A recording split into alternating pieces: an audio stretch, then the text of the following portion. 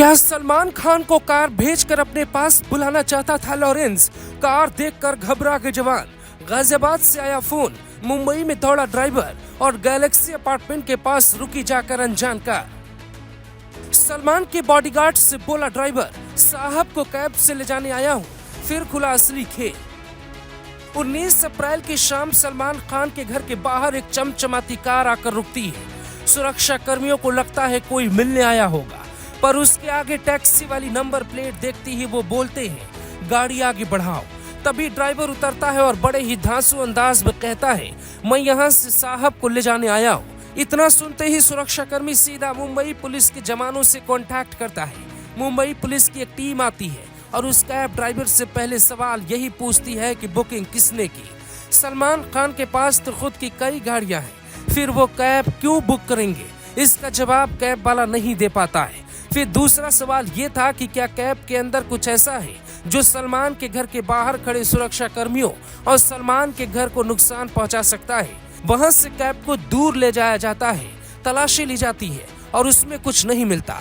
Mumbai police के जवान driver के फोन में इंस्टॉल ओला और उबर ऐप की हिस्ट्री चेक करती है तो पता चलता है कि इस कैब को मुंबई से नहीं बल्कि वहां से 2000 किलोमीटर दूर यूपी के गाजियाबाद से बुक किया गया है।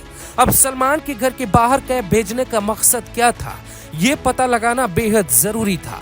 तभी यूपी पुलिस इस बात की जानकारी मुंबई पुलिस को पहुंचाती है कि जिसने कैब बुक किया था उसका नाम रोहित त्यागी है और गाजियाबाद के गोविंदपुरम का रहने वाला था।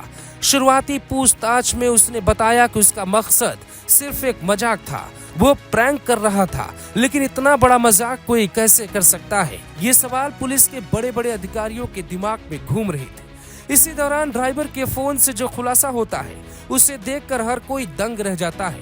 ये कैब मुंबई के किसी एक व्यक्ति ने नहीं बल्कि यूपी के गाजियाबाद के रहने वाले रोहित त्यागी नाम के लड़के ने की थी।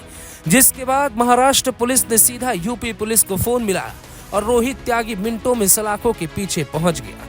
उसके बाद उसने पूछताछ में जो बताया उसने मुंबई पुलिस के दिमाग में कई और सवाल खड़े कर दिए। उसने बताया, मैं नहीं जानता कि लॉरेंस बिश्नोई कौन है, मैं तो बस गाड़ी चलाता हूँ। मुझे लॉरेंस बिश्नोई के नाम से बुकिंग मिली थी पर उस पे पता सलमान खान के घर गैलेक्सी अपार्टमेंट का लिखा था, इसीलिए मैं चला आया। लेकिन सुरक्षा कर्मियों ने मुझे ही पकड़ लिया। मेरे फोन में जो बुकिंग है वो गैलेक्सी अपार्टमेंट से मुंबई की एक जेल की है। पूछताछ के बाद ड्राइवर को छोड़ दिए जाने की खबर सामने आई, पर कैब बुक करने वाले रोहित त्यागी को 2 दिन की रिमांड पर भेज दिया गया।